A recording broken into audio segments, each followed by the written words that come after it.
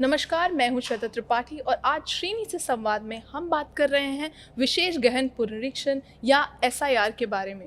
और हमारे साथ हैं द फेडरल के मुख्य संपादक Shri S Srinivasan sir. Sir, बहुत बहुत धन्यवाद हमसे जुड़ने के लिए। नमस्कार। सर, एसआईआर की बात करी जाए तो सबसे पहले हम देख रहे हैं कि बीएलओ घर घर जा रहे हैं, पर लोगों में इस पूरी प्रक्रिया को लेकर काफ़ी भ्रम फैला हुआ है। उनको ये नहीं समझ में आ रहा है कि कौन से फॉर्म उनको भरने हैं, क्या उनके रिश्तेदार ये फॉर्म भर सकते हैं, और ये डर है कि अगर हमने फॉर्म नहीं भरा या बीएलओ तक फॉर्म नहीं पहुंचा तो नाम कट जाएगा। तो इस पूरी प्रक्रिया के बारे में क्या ये स्पष्ट निर्देशों का ना होना कहीं ना कहीं इस पूरी समस्या का कारण है?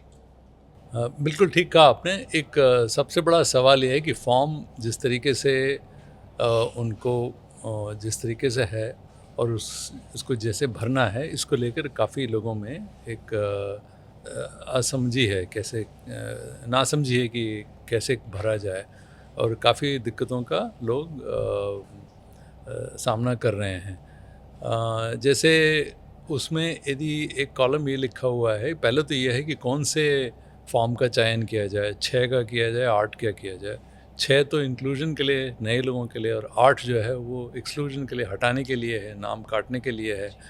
अब कई लोग उसी मामले को लेके कि 6 भरना है कि 8 भरना है, और यदि हमारे पास है, पिछले हमने 3 बार वोट दिए हैं, तो अब क्या फिर से मुझे भरना होगा। और कई लोगों का तो ऐसा है कि वोट लगातार देते आ रहे हैं, बट उनका नाम जो है 2002 जो सूची है, एसआईआर जो पहले हुआ था, उस सूची में नहीं है, तो वो क्या करेंगे। और कई लोग जो ये भी है, उनको दिक्कत है कि उसमें रिलेटिव एक चीज़ लिखा हुआ, मतलब आपके जो रिश्तेदार। अब रिश्तेदार कौन होंगे, रिश्तेदार किसको माना जाएगा, क्या ब्लड रिलेशन होगा। अब पत्नी हो और पति और पत्नी, वो कई जगह तो वो फॉर्म ये एक्सेप्ट नहीं करता, रिश्तेदार में पति और पत्नी नहीं आते हैं क्या, और क्या सिर्फ माता या पिता ही आते हैं। इन चीज़ों को लेकर इतना ज़्यादा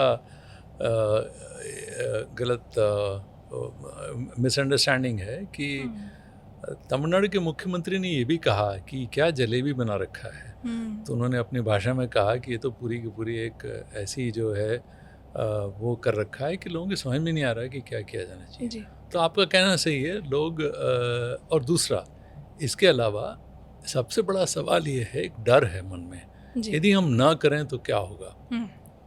अब दिक्कत उन लोगों के सामने है जिनकी काफ़ी उम्र हो गई है और अपना जगह से दूसरे जगह पर पलायन करके गए हैं। जैसे मैं आपको बताऊं, कई लोग जो हैं वो केंद्र सरकार में कार्यान्वित हैं या राज्य सरकार में भी कार्यान्वित हैं। अपने राज्य से किसी दूसरे राज्य में जाके उन्होंने अपना पूरा कामकाज पूरा काम किया, उसके बाद वो अपना घर वापस लौटना चाहते हैं, किसी भी प्रांत में, किसी प्रदेश में। जब वो लौटते हैं, उनका जो पूरा का पूरा आइडेंटिटी है, आधार है या एपिक है या वो सब वो दूसरे राज्य में है जी।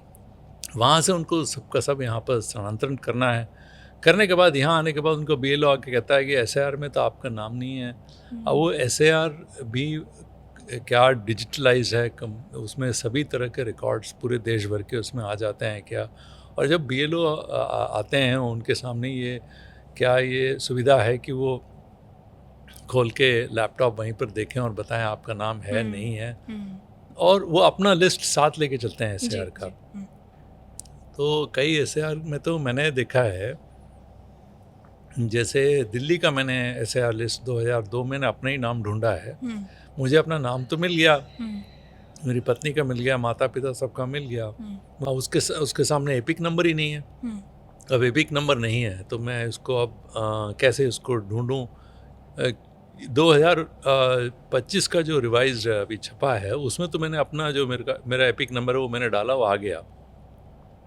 मगर मेरे पास अपने माता पिता का एपिक नंबर नहीं है। जब तक वो कार्ड नहीं होगा मुझे नहीं मालूम चलेगा, तो मुझे वो ढूंढना पड़ेगा। तो इस तरीके से कई सारे सवाल हैं जो लोगों के सामने हैं। जी जी। अगर जैसे कि आपने कहा कि कई तरह के भ्रम हैं, कई तरह की जो प्रैक्टिकल दिक्कतें हैं वो भी सामने आ रही हैं, पर अगर पूरी प्रक्रिया को देखा जाए तो चुनाव आयोग ने कहा कि ये एक बहुत ही ज़रूरी प्रक्रिया है जहाँ पे एक तरह की सफाई करना चाहते हैं कि मतदाता सूची अप टू डेट रहे। पर लोगों को ये लग रहा है कि क्या ये एक नाम कटाव अभियान है जो किसी एक स्पेसिफिक वर्ग की बात करी जाए तो उन पे असर डालेगा? क्या ऐसा देखने को मिल रहा है? क्या ऐसे सवाल सामने आ रहे हैं? देखिए, इसका जो मूल उद्देश्य है वो तो शुद्धिकरण है, जैसे आपने कहा। एक तो यह है कि यदि डुप्लीकेट नाम हो, कई सारे नाम आ गए हों, या कई सारे एपिक कार्ड, कई लोगों के पास 2 से 3 कार्ड हैं एपिक कार्ड, उनका उसको काटा जाए, एक कार्ड बनाया जाए। कोई यदि स्थानांतरण होकर आए हैं कहीं से, एक प्रदेश से दूसरे प्रदेश में गए हैं, तो वहाँ का डुप्लीकेशन उसको हटाया जाए और नए मतदाता उनको जोड़ा जाए। जिनकी मृत्यु हो गई है उनको रोल से हटाया जाए। इस तरीके से उसमें जो शुद्धिकरण का काम तो ठीक है, मगर जो काम करने का तरीका है वो अब बदल गया है, इसीलिए इतना बवाल हो रहा है। ऐसा नहीं है कि इसके पहले SIR ना हुआ हो, इसके पहले समरी रिवीजन भी ना हो, चुनाव के पहले होते हैं, ये सब होते आए हैं। अब कोई 70 साल से ऐसा नहीं है कि कोई पहली बार ये सब हो रहा है, पहले भी होते आए हैं, मगर पहले इतना अफरा तफरी नहीं था।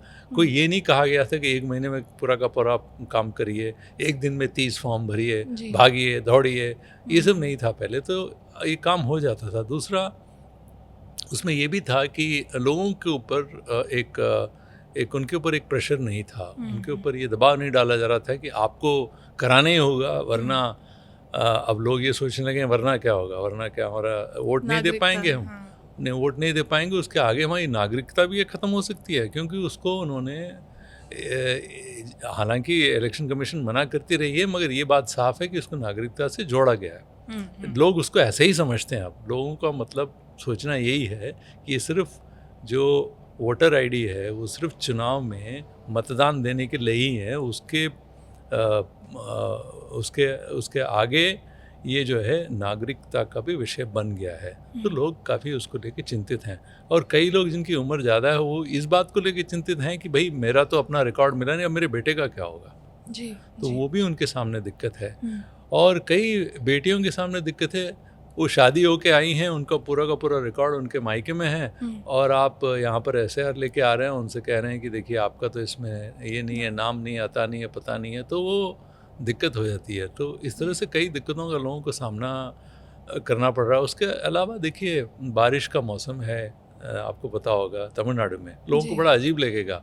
उत्तर भारत में वहाँ ठंड पड़ रही है, मगर यहाँ पर कुछ विपरीत है। यहाँ अभी मौसम बारिश का है, तो उसके बीच में आप BLO को जाके काम करना है।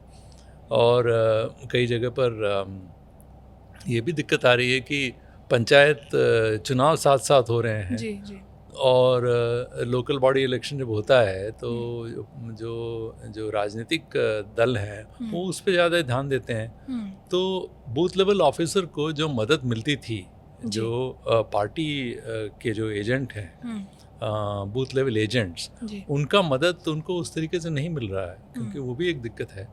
तो इस तरीके से इस तरह से कई सारे सवाल इस पूरे जो एक्सरसाइज है उसने खड़े किए हैं। जी, जैसा कि आपने बताया कि BLO के ऊपर काफ़ी दबाव बन रहा है, कई राज्यों से उनके ऊपर अत्यधिक कार्य के कारण उनके ऊपर इतना दबाव है कि हम केरल से अभी आत्महत्या की खबरें आई, बाकी राज्यों से भी ऐसी खबरें आई, जैसे गुजरात और बंगाल में। तो कहीं ना कहीं क्या अत्यधिक दबाव के कारण चुनाव आयोग को अब BLO को थोड़ी राहत पहुंचाने के लिए किसी तरह की मदद या सुविधा प्रदान करनी चाहिए? देखिए, ये बहुत गंभीर विषय है। अभी तक कभी किसी ने ये नहीं सुना होगा, चुनाव कराने के लिए चुनाव अधिकारी या चुनाव आयोग से जुड़े हुए लोगों को अपने काम करने के लिए उनको जान तक देना पड़े, ऐसी नौबत तो अभी तक नहीं आई है।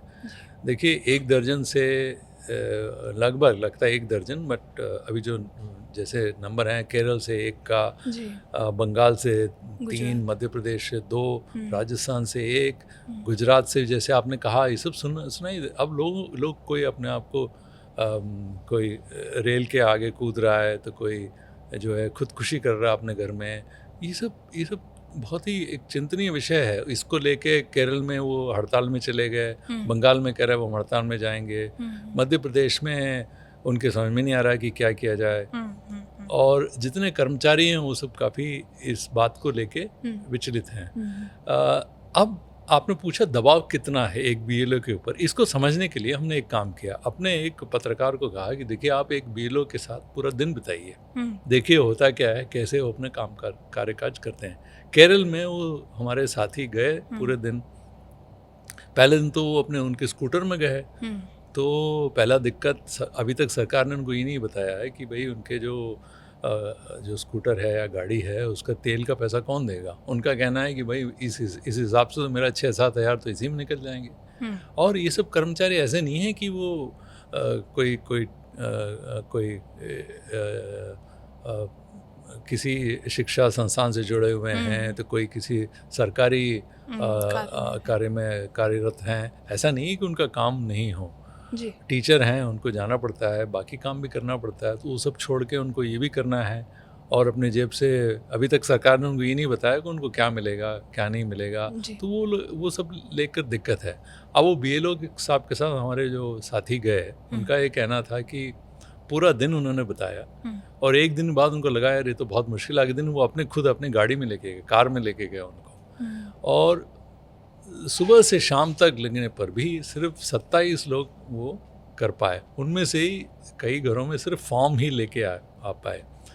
अब वो किसी घर में जाते हैं तो पहले तो कई जगह लोगों ने कुत्ते बांध रखे हैं और उनका पहले सामना करो, फिर कई लोग घर का दरवाज़ा ही नहीं खोलते हैं। देखिए शहरों में फिर भी यह है कि फ्लैट्स में आपने जाके बीएलओ ने फॉर्म बांट दिए, 2 फॉर्म देना पड़ता है, एक फॉर्म एक जो वोटर है उसको देना पड़ता है, एक सरकार को देना पड़ता है कमीशन को, तो वो लेके इलेक्शन कमीशन को देना पड़ता है, तो वो लेके हर जगह जा रहे हैं। तो वो कहते हैं कि शहरों में फिर भी ठीक है, एक फ्लैट में पहुंच गए तो आपको एक साथ 50-60 लोग मिल गए। अब आप गांव में देखिए क्या हाल है, और गांव में ये थोड़ा ना होता है कि एड्रेस जो है बहुत साफ साफ लिखा हो। और पहले तो उनका आधा तो टाइम इसमें निकल जाता है कि भाई अमुक आदमी रहता कहाँ है, और सड़क कौन सी है, और किस गली में रहता है, मकान के नंबर भी नहीं है। हालांकि बीएलओ साहब ये कहते हैं कि 70% से ज़्यादा लोगों का सब हम जानते हैं क्योंकि ये काम किया, उसके बावजूद भी जो 20-25 या 30% लोग रह जाते हैं, उनके ऊपर थोड़ा काम करना उनके लिए बड़ा दिक्कत का विषय है।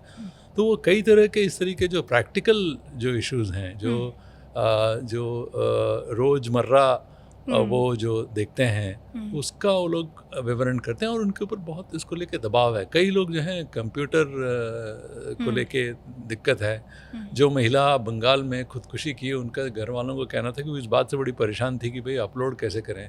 देखिए अपलोडिंग भी बड़ा काम है, एक फॉर्म को अपलोड करने में 10 से 15 मिनट लगता है।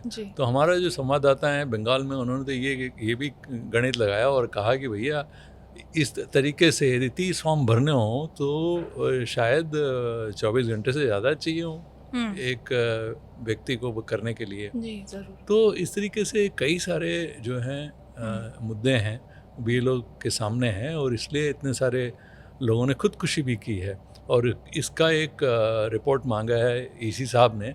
मुझे लगता है कि उनको उस पर ध्यान देना चाहिए, क्योंकि इतना प्रेशर किसके लिए, किस काम के लिए किया जा रहा है, बड़ा अजीब सी स्थिति बनी हुई है। जी सर, अगर ये पूरी प्रक्रिया को देखा जाए तो कई खामियां, जैसे हमने अभी बात करी, वो इस पूरी प्रणाली में हैं।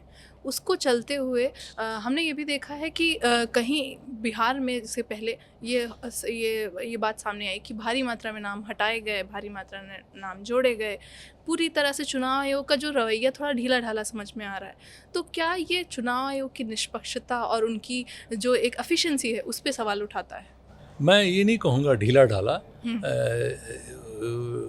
ये तो मुझे ये बात थोड़ा सा चुनाव आयोग इसको लेके ऐसे कर रहा है जैसे